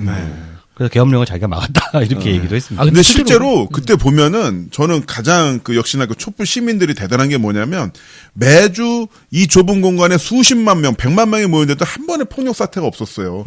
그걸 보고 그 수구 좌파들이 저기 문화재 놀이 공연 보러 왔냐, 저러고서 어떻게 대통령 탄핵이 되냐라고 이야기를 했는데 결국 됐잖아요. 그리고 탄핵 가결되고서 바로 험재에서 인용되고 그 다음 날이었나? 박사모에서 폭력 집회하는데 단 하루 만에 3명이 죽었거든요. 단 하루 만에 3명이 죽었어요. 네. 근데 만약에 100만 명이 모이는 집회에서 폭력 사태 일어났더라면 계엄령 발동되고 탄핵 물 건너갔겠죠. 맞습니다. 우리가 문끌 오소리들이 문재인 지지자들의 판단이 옳았던 거예요. 광화문 시민들이 옳았던 거예요. 맞습니다. 예. 네. 운동권 꺼져. 야, 야 추미애 대표 지금 내가 영수회담 제안까지 왔잖아요. 네. 바둑으로 치면 수순이 딱딱딱 가는 거야. 그리고 마지막 수순이 뭐냐? 그때 아까 언론 보도 부안해동 얘기했잖아요. 실제로 민주당 국회의원조차 애들조차 추미애 대표에 대한 불신이라든지 이러면서 언론 보도에 흔들리고 있었던 거야. 자기 결정을 정확하게 못하고 네. 그 상황에서 추미애 대표가 탄핵에도 소극적이고 영수회담에도 소극적인 민주당 국회의원들을 향해서 마지막 일종의 또 그 메시지 한 장을 딱 날립니다. 박근혜 퇴진을 당론으로 채택하자. 그러면 박근혜 대통령을 만날 필요가 없지 않느냐. 그러니까 내 영수회담 제안에 대해서 뒤에서 비판하지 말고 그러면 아예 탄핵을 당론으로 채택하자. 선택해. 대단하지 않습니까 이거? 잘한다. 진짜 잘한다. 저는 이 당시에 추미애가 아니었다라고 하는 누구를 대신해서 나섰다 하더라도 탄핵이 안 될 가능성이 매우 높았다 생각합니다. 정말 거의 유일한 옵션이 아니었을까 싶을 정도로 추미애가 가는 대단하고 저는 이때부터 축바가 됐어요. 이게 지금 방금 하 소장님 말씀을 들어보면 탄핵을 뭐 추미애 혼자 했어 이런 말처럼 들릴 수도 있긴 한데요. 근데 진짜 탄핵이라는 것은 우리 의지로 하는 것이 아니었다는 거죠. 중요한 거는. 예. 사실 탄핵의 가장 핵심 포인트는 바로 새누리당 의원들이 몇 명을 데리고 오느냐의 문제라는 거죠. 네. 여론은 압박하는 시민들의 역할도 있지만 그런 면에서 정말 대단한 리더십이었다고 우리가 회고를 하는 거예요. 그 물론 그게 제일 어려운 미션입니다만 그 암비션도 쉽지 않아요. 네. 저기 더불어민주당을 통합시키는 거예요. 거기서 탄핵론을 갖다 딱 정하고 가자라고 얘기를 하는 것, 그 지도력, 리더십을 발휘하는 것도 정말 쉽지 않아요. 진짜. 그렇죠. 맞습니다. 왜냐면은 이게 이미 그때도 사실 당대표에 대한 불만을 제기하는 의원들이 상당수 있었기 그럼요. 때문에 예. 이거를 당을 하나의 구심점으로 통합해내서 한 방향으로 같이 와 하고 달려나가는 게 쉬운 상황이 아니었던 거예요. 근데 그걸 만들어낸 거야. 한편으로 이런 부분도 있는데요. 당시에 이제 민주당 지지자들 입장에서 정신적인 지주가 누구냐? 백수지만 문재인 후보. 그렇죠. 인데 문재인 후보가 나서면 어떻게 되냐면은 정권 찬탈로 보일 수가 있어요. 그렇습니다. 우리 편만 갖고 대통령 되는 거 아니잖아요. 네. 근데 추미애가 하여튼 하도 잘 싸워주니까 문재인 후보 당시에 얼마나 부담이 없었을지 네. 지금 돌이켜보면 천만다행인 거죠. 그래서 문재인 당시 그 전 의원이었죠. 네. 의원은 반발짝 뒤에서 따라가면 그냥 되는 상황. 얼마나 좀 편했을까 진짜. 광화문 나와서 촛불 들고 있었잖아. 네. 너무 편하게 어떻게 보면 갈 수 있었던 것 같아요. 참. 예. 이 정도로 일단 탄핵 국면 리더십 정리를 네. 하면 될 것 같습니다. 예. 그리고 대선 승리까지 네. 이뤄내죠.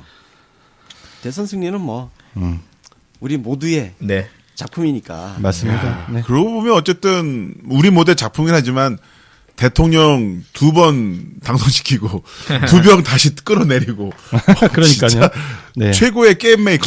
킹메이커로도 훌륭하고 뭐 탄핵 메이커로도 훌륭합니다. 드래곤 슬레이어이기도 네. 하고. 킹슬레이어. 킹슬레이어. 이 자리를 킹메이커. 빌어서 당시 이제 더불어민주당 의원 전원에게 좀 감사를 드리고 싶은 게 2012년에 민주당은 어땠냐면은 당시 네. 문재인 후보 지원이 거의 없었어요. 없었죠. 진짜. 모두가 알다시피. 팔짱 근데 끼고, 근데 이번에 어떠냐면 제가 예전에 이제 외전화를 통해서 이걸 말씀드렸는데 더불어민주당 의원들 선거 유세에 어떻게 움직이다를 전수조사를 했어요. 페북을 기준으로. 답이 뭔지 아세요? 전원. 전원. 너무 감사하고요. 근데 거긴 또 좋은 리더십이 한몫했다는 부분도 또 말씀드릴 수 있을 것 같습니다. 네. 전원 진짜 열심히 뛰었어요. 맞아. 이번 그 대선 선거 운동은 앞으로 우리가 좋은 모델로 계속 맞습니다. 기억하고 보존하고 계속 이걸 확대 발전시켜 나가야 돼. 후보와 정당과 지지자가 네, 결합하면 혼연일체가 됐어요. 혼연일체가. 그럼 이겨. 무조건 이겨. 3위일체가 돼서 일치 단결하면 어떤 결과가 나오는가를 보여준 선거. 심지어는 종거리도 수고했어. 박영선도 수고했지. 다 수고했죠. 박영선은 아주 열심히 했어요. 진짜 아주 열심히 진짜 했어요. 네. 그때 거의 문꿀이었지. 네. 뭐 거의 계속 그 문재인 당시 후보 사진 올리고 난리 났었고요. 거의 덕질 수준으로 했지. 태섭이도 열심히 했어. 제가 문재인 TV 그 현장 중계할 때 이석훈 의원이 제 방송 나와서 말씀하시길 2012년 때는 전화를 하면 의원들이 다 조용한 데서 전화를 받았대요. 그러니까 어딘가 사람 많은데 안 가 있었던 거야. 그런데 이번 대선 때는 전화를 하면은 통화가 안 된다는 거예요. 다들 시끄러워서? 어딘가 가가지고 막 계속 떠들고 사람들이랑 인사하고 하다 보니까 통화가 안 된다고. 그런 부분이 정말 있었죠. 민주당은 딱 50년만 이렇게 합시다. 제가 50년 더 살 것 같은데. 자, 이렇게 탄핵, 대선 이렇게 잘 이끌어온 추미애 당대표한테 이제는 2018년 지방선거 그리고 개헌이라는 과제가 이제 남아 있습니다. 잘하실 거라 믿고요. 예. 네. 내년 임기가 내년 8월까지니까 딱 지방선거 승리까지 일궈내고 그리고 개헌도 이뤄내고 진짜 우리 민주당 역사상 임기를 이렇게 반듯하게 제대로 잘 채우고 그러게요. 또 그 임기 동안 정말 많은 일을 이뤄내는 거 쉽지 않은 역사를 임기 채우는 것만 해도 기적인데. 네. 사랑받고 얼마나 좋습니까? 네. 행복한 지지자, 행복한 당대표. 처음 있는 이름인 것 같습니다. 네. 그래요. 그 전 당대표 김종인을 생각하면 정말 김종인 얘기하니까 되게 재밌는 기억이 하나 있는데, 그, 추미애가 당시에 이제 당대표 전당대회를 앞두고서 엄청나게 김종인을 깠어요. 엄청나게 진짜. 맞아요. 근데 제가 추미애한테 감탄한 게 뭐냐면, 그 바로 당대표 당선된 다음 날에 찾아가가지고 화해 제스처를 합니다. 악수를 하고 찾아가서 인사를 하면서 이어달리기 자세로 열심히 뛰겠다라고 말했습니다. 말을 진짜 약 올리는 거지. 네. 그리고 또 유명한 짤 있지 않습니까? 단식 투쟁에 노고가 많으신 우리 최순실과 우병우를 지키기 위해 단식에 나서신 이정현 의원의 손을 꼭 네, 잡으시면서 가서 손목을 거꾸로 가셨습니다. 네. 언제 장지지세요? 불필요한 갈등은 더 이상 필요 없다는 거죠. 자기가 이제 당대표가 됐으니까 정무적 감각이나 정치적 감각이 확실히 뛰어나고 별명을 하나 붙여준다면 저는 대한민국 최고의 정자랄 정치인이다. 맞아요. 진짜 정자랄이에요. 네. 자, 그러면 우리 마지막으로 추미애 당대표를 위한 컨설팅을 아주 뭐 훌륭하게 잘하고 있지만 네. 우리가 또 약간 약점이라고 할 수 있는 것들을 전혀 이야기를 하지 않으면 네. 재미가 없지. 너무 추비여천가가 되니까 네. 컨설팅을 살짝만 해드리겠습니다. 저부터 좀 예. 얘기해볼까요? 네. 추미애 당대표는요, 말실수가 은근히 많습니다. 그래요? 예, 은근히 많아요. 말실수가 좀 약간 지나치거나 살짝 넘어가는 게 있어요. 사실은 그 수위까지 안 했으면 아무 꼬투리도 안 잡힐 텐데. 근데 왜 그런지 제가 이해를 합니다. 사람들이 같이 안 싸워주니까 나라도 가서 인파이팅을 한다. 이런 측면이 있는데 자신을 도와줄 수 있는 좀, 그 밑에 사람들이 역할을 잘 못하는 부분이 있어요. 맞아요. 파트너가 없고 좀 외롭게 정치한 사람이라서 마음이 되게 앞서니까 좀 과한 표현을 쓸 때가 있는데 앞으로는 그 당대표다운 가오를 잘 지키시면서 좀 밑에 사람들 좀 많이 시키셨으면 좋겠습니다. 입이 되어줄 사람들이 좀 부족하다고 할까? 자, 그럼 제가 이제 감히 말씀드리는데 저는 사실 이제 뭐 다른 세 분에 비해서 정치에 대해서는 잘 모르니까 그냥 좀 제 분야랑 좀 엮어서 좀 말씀드릴게요. 저는 이 추미애 당대표를 보면은 론다 로우지라고 UFC 여자부 초대 챔피언했던 론다 로우지가 생각나거든요. 아, 론다 로우지? 네, 론다 로우지는 그 6차 방황까지 가면서 그야말로 UFC의 여성부를 만들었던 아주 혁신적인 스타입니다. 아, 그럼 육선 하시는 건가? 아, 그런데 론다 로우지가요, 왜 7차 방어에서 깨졌냐면은, 론다 로우지는 어머니가 유도 선수 출신이었고 강력한 허리 힘을 이용해서 상대를 택다운시키고 안바로 경기를 끝냈는데요. 그런 스타일이 계속 6번 가까이 지나가니까 상대 선수들이 타격으로, 원거리 타격으로, 홀리홈이라는 선수가 긴 먼 거리에서 계속 그 견제성 잽을 넣고 거리를 주지 않고 계속 그 타격으로 두들기다 보니까 결국 무너지고 말았습니다. 아웃파이터한테 당했네요. 예. 근데 이게 왜 무너지게 되냐면은 어느 정도 시점에서는 변화를 좀 가져가야 돼요. 아하. 그러기 위해서는 본인이 생각을 바꾸고 본인 주변의 코치진들, 사람들, 아니면은 그 팀을 새로 꾸려 나가야 되는데 이거를 좀 게을리하다 보니까 게을리했거나 아니면 타이밍을 못 놓치니까 기존의 관성에 흘러갔었고 그러다가 결국은 이제 패배를 하고 이제는 종합격에서 좀 멀어졌는데요. 그냥 그 감각적인 말씀이긴 한데 사실 지금까지의 커리어 훌륭하잖아요. 그 나름의 스토리도 있고 역경도 있고. 그런데 지금 현재 문재인 대통령이 굉장히 잘하고 계시고 막강한 지지층이 있는 상태에서 앞으로 또 한 번의 그 스텝업을 하기 위해서는 기존과 좀 다른 모습을 보여줘야 되지 않을까. 아하. 론다 로우지가 6차까지 갔지만 왜 7차에서 멈췄는지. 박철순의 너클볼도 결국 공격을 당했잖아요. 네.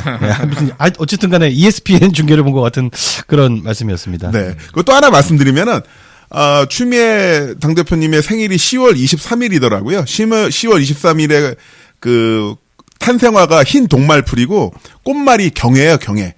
리스펙트 앤 러브.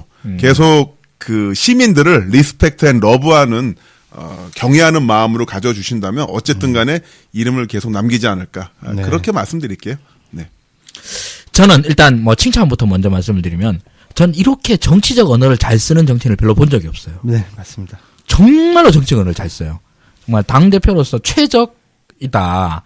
생각. 정말 그 페이스북에서 남기시는 글을 보면서 한마디도 더 빼고 덜고 할 것도 없다 할 정도로 완벽한 문장을 구사하시고 법률가와 정치가 굉장히 행복한 결합이다라고 생각을 해요. 근데 그 요까지는 칭찬이고 뭐 컨설팅을 하니까 웃기는데 저보다 정치를 한 100만 배 좀 잘하시는 분이니까 컨설팅을 할 건 아니고 그런데 그 당내 세력화라고 그러죠. 네. 이게 좀 부족하지 않나 이런 느낌은 좀 많이 들어요. 그렇습니다. 예, 추미애 대표를 위해서 몸을 던질 사람이다. 저 사람은 이런 사람이 누군지 모르겠어요. 현재 주요 당직자라고 임명되어 있는 분들을 봤어도 추미애를 위해서 뭐 뭐든지 하겠다. 뭐 이러는 그를 보이는 의원들이 잘 모르겠어요. 좀 리베로다. 자, 우리 하승주 소장님의 이야기를 내가 받아서 그 측면에서 당 대변인단 교체 또 그 얘기. 네. 네. 당 대변인단이 아닌 말로 그동안 지금 추미애 당대표가 국민의당 쪽하고 날선 공방을 많이 했잖아요. 그것 때문에 또 당 내에서는 당대표가 왜 저렇게 우리 협치를 해야 되고 좀 저쪽 도움을 받아야 되는데 관계를 자꾸 악화시키는 역할을 하느냐 이렇게 비판을 또 한다고 그래요. 그러면 그 측면에서 대변인단은 도대체 뭐하냐. 대변인단 논평을 보면 물에 물 탄 듯 술에 술 탄 듯. 대변인단이 그렇게 하니까 당대표가 전면에 노출되잖아요. 네. 대변인단이 당대표의 입이 되어줘야 되지.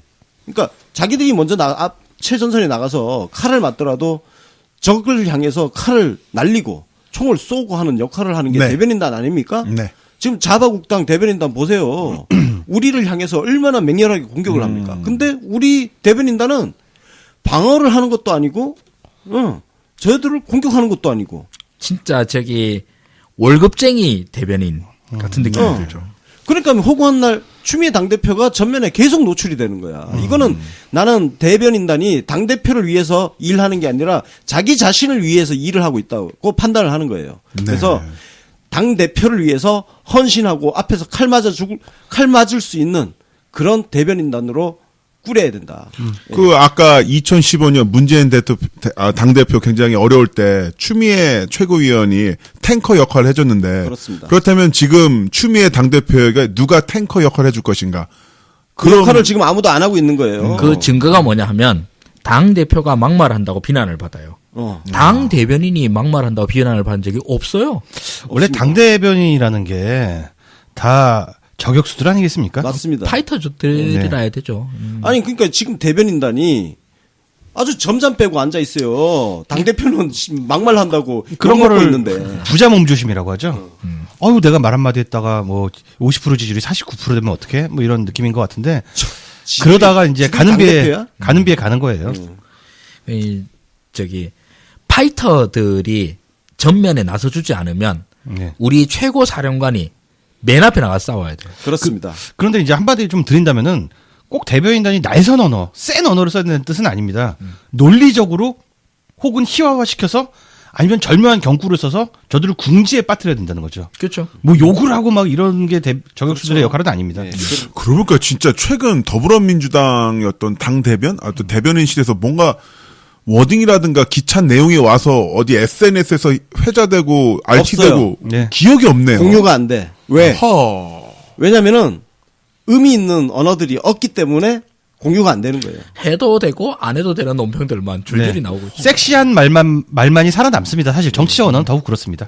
그래서 그러네 진짜. 대변인단이 최전선에 서줘야 당 대표가 보호를 받고 네. 당 대표가 보호받는 게 문재인 대통령이 보호받는 거예요. 네, 그거 같은 얘기죠. 그렇죠.